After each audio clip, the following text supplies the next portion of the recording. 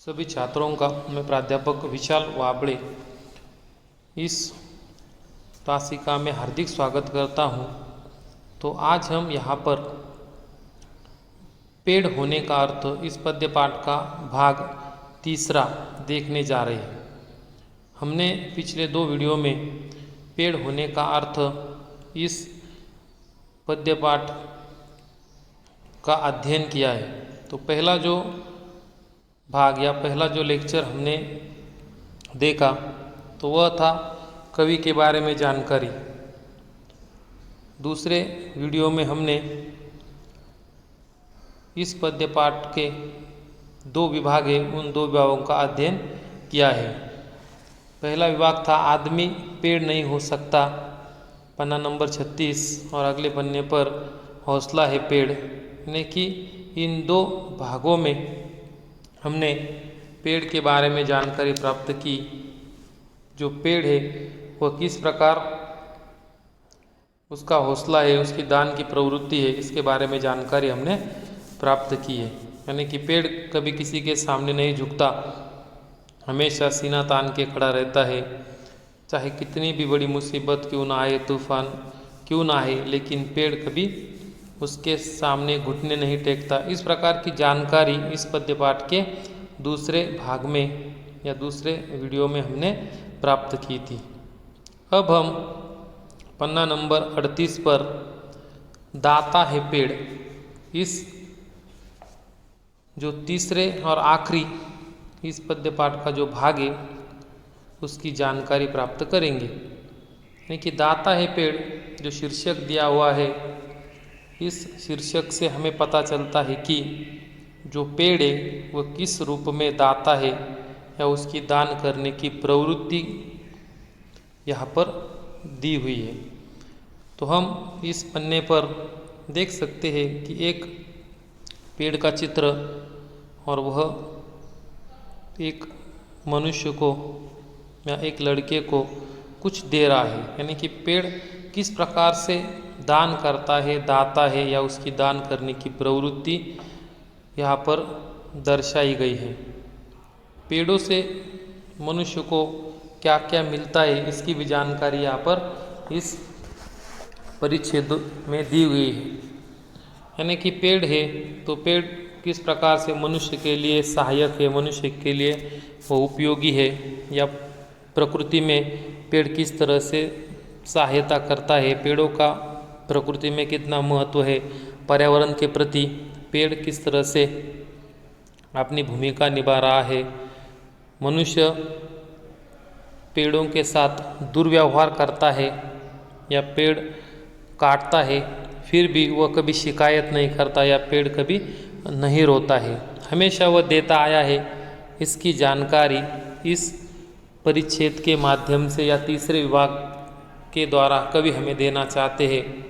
तो पहले पंक्ति से हम शुरुआत करते हैं। दाता है पेड़, इस शीर्षक के माध्यम से यहाँ पर जानकारी दी है। तो पहले हम प्रकट वाचन करेंगे, उसके बाद हम एक एक करके इस परिच्छेद के बारे में जानकारी प्राप्त करेंगे। जड़, तना, शाखा, पत्ती, पुष्प, फल और बीज। जड़, तना, शाखा, पत्ती, पुष्प, फल और बीज हमारे लिए ही तो है पेड़ की हर एक चीज़। पेड़ क्या क्या देता है या पेड़ का बहुत बड़ा फ़ायदा मनुष्य के लिए किस प्रकार से है, पेड़ बहुत बड़ा दाता है, वह हमें क्या क्या देता है। तो पेड़ के फूलों के गुणों से तो सभी परिचित है। यानी कि पेड़ जो है वह किस प्रकार से फूल देता है, पत्ते देता है, उसकी शाखाओं का उपयोग होता है, पुष्प फूल या फल या पत्ती, उसके पत्तों का भी किस तरह से हम अपने जीवन में मनुष्य के लिए सहायक वो पत्ते हैं। इस प्रकार पेड़ के फलों के गुणों से तो सभी परिचित है, परंतु इसके साथ ही पेड़ की जो जड़ है, जो तना है, जो शाखाएं है या पत्ते, फूल और बीज, पेड़ का कोई भी भाग अनुपयोगी नहीं होता, यानी कि पेड़ का हर एक भाग, शाखा हो या पत्ते हो या उसका तना हो या उसकी जड़ें हो, हर एक चीज़ उपयोगी होती है। और यहाँ पर कहा है किसी ने उसे पूजा, किसी ने उस पर कुल्हाड़ी चलाई, पर कोई बताए क्या पेड़ ने एक बूंद भी आंसू की गिराई।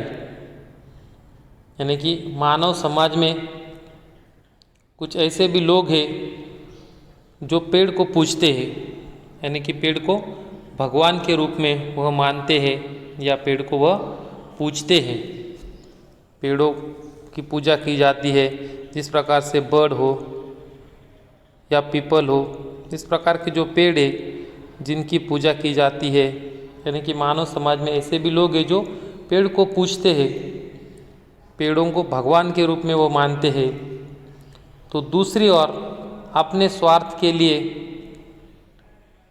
यानी कि किसी ने उस पर कुल्हाड़ी चलाई पर कोई बताए क्या पेड़ ने एक बूंद भी आंसू की गिराई। यानी कि दूसरी ओर ऐसे भी जो लोग हैं जो स्वार्थ के लिए पेड़ पर कुल्हाड़ी चलाते हैं या पेड़ों की कटाई करते हैं, उन्होंने पेड़ को काटा,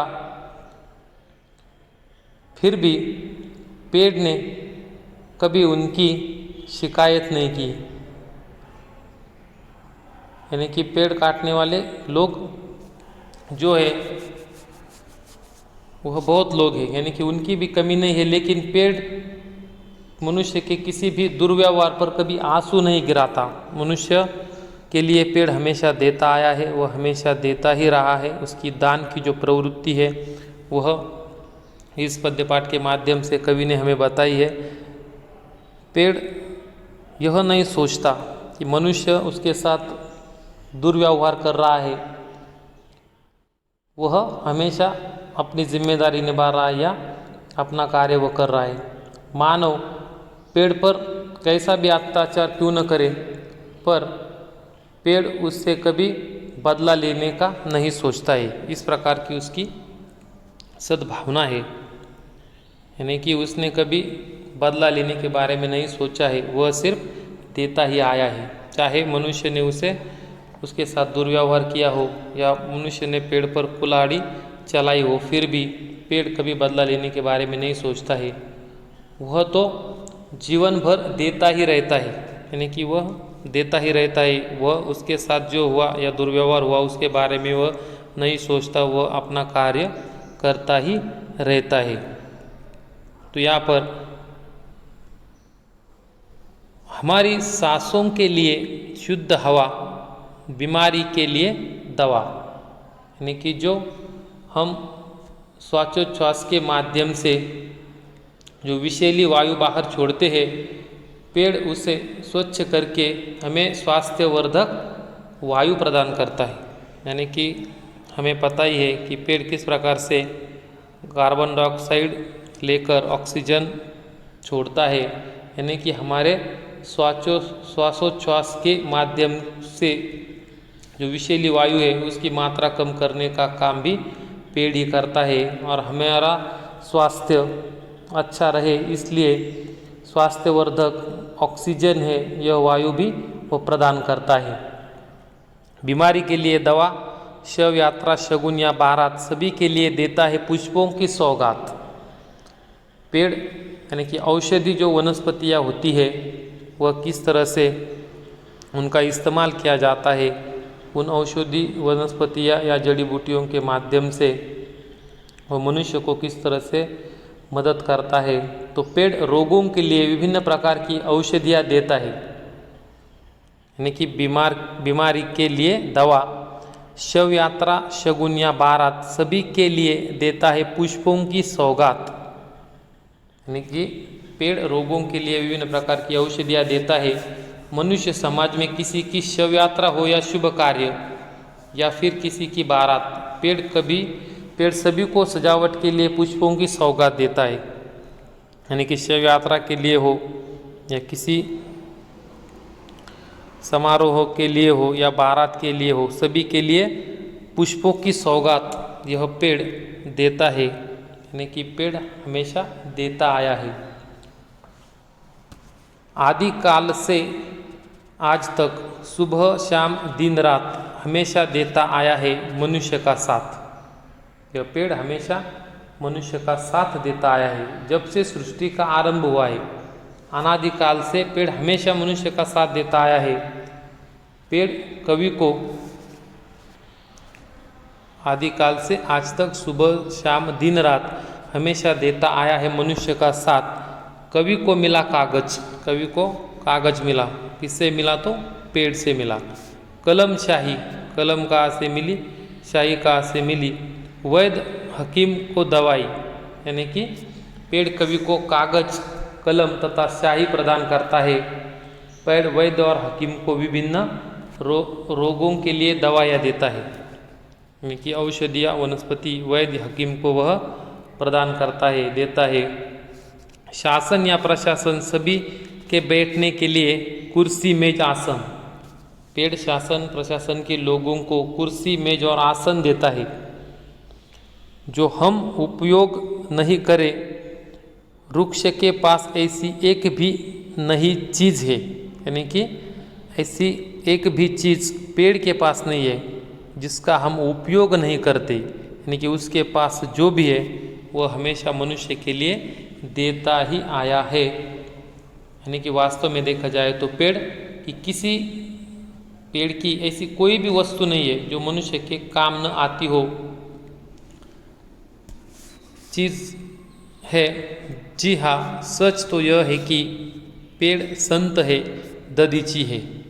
पेड़ संत है, यानी कि पेड़ संत के समान है, जो दूसरों को देते ही है, किसी से कुछ नहीं अपेक्षा रखते, यानी कि दूसरों से कुछ भी अपेक्षा न रखकर पेड़ हमेशा दूसरों को देता ही है। जिस प्रकार संत होते हैं उसी प्रकार यह पेड़ है जो हमेशा निस्वार्थ भाव से हमेशा देता आया है। वास्तविकता तो यह है कि पेड़ दधीची है, संत है, दधीची है।